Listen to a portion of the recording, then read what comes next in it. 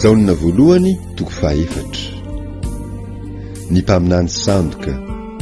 Jaonina voalohany toko fahaefatra, ny andininy voalohany hatramin'ny fahaenina. Ry malala, aza mino ny fanahy rehetra, fa izaho toetra ny fanahy, na avy amin'Andriamanitra ireny na tsia, satria maro ny mpaminany sandoka efa lasany amin'izao tontolo izao. Fampianaran-diso momba ny Kristy. Jaonina voalohany toko fahaefatra, ny andininy faharoa hatramin'ny fahaefatra. Izao no ahafantaranareo ny fanahin'Andriamanitra. Ny fanahy rehetra izay manaiky fa efa tonga tamin'ny nofo Jesosy Kristy no avy amin'Andriamanitra. Ary ny fanahy rehetra izay tsy manaiky an' Jesosy Kristy dia tsy mba avy amin'Andriamanitra. Ary izany no fanahin'ny Antikristy, izay efa renareo fa ho avy, sady efa eo amin'izao tontolo izao sahady izy. Anaka, ianareo dia avy amin'Andriamanitra ary efa naharesy ireny, satria lehibe izay ao aminareo noho izay ao amin'izao tontolo izao. Fitondrantena ny mpaminany sandoka manoloana izao tontolo izao. Jaonina voalohany toko fahaefatra, ny andininy fahadimy sy fahaenina. Isan'izao tontolo izao reny, ka dia miteny araka ny an'izao tontolo izao izy, ary mihaino azy izao tontolo izao. Avy amin'Andriamanitra izahay, izay mahalala an'Andriamanitra no mihaino anay.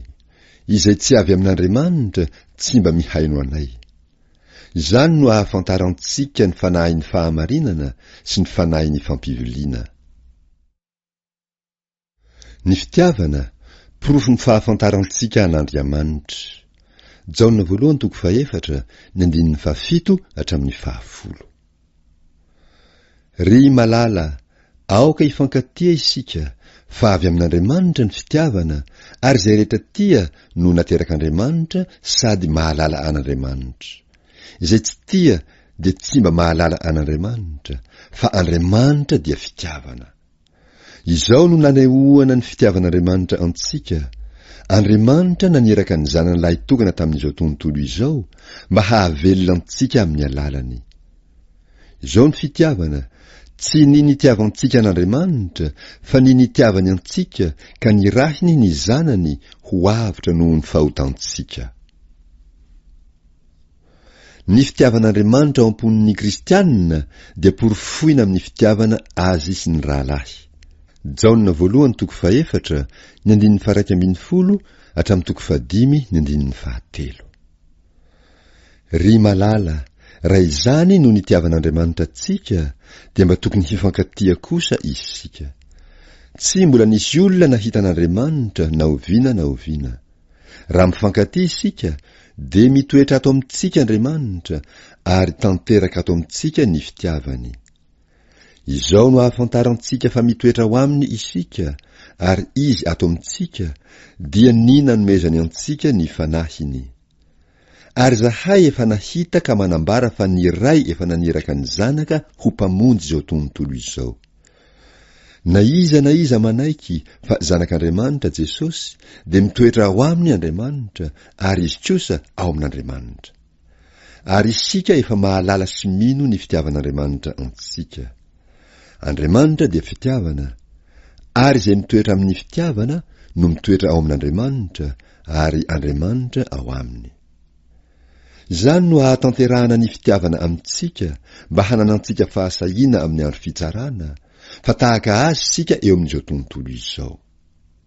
Tsy manan-tahotra ny fitiavana, fa ny fitiavana tanteraka mandroaka ny tahotra, fa mampahory ny tahotra. Fa izay matahotra dia tsy mbola tanteraka amin'ny fitiavana. Isika tia, satria izy efa tiantsika taloha.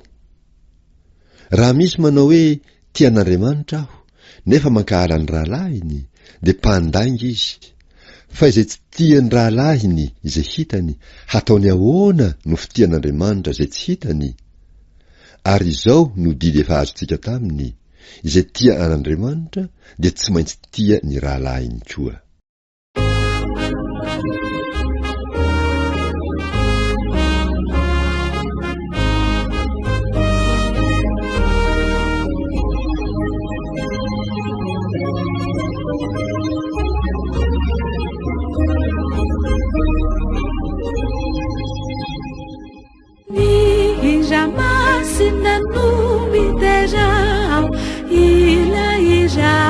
fianarana fa hatrizao no ny fahatsarany teno voainy ny lanitra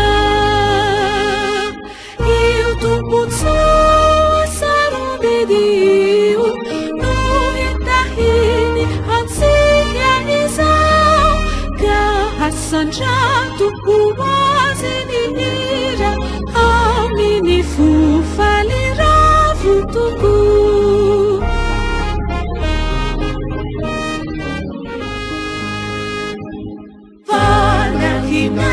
Ipitera anao rilay mahery silay le fiti ny fonay mitoky aminao mandrakizao arim-bao tory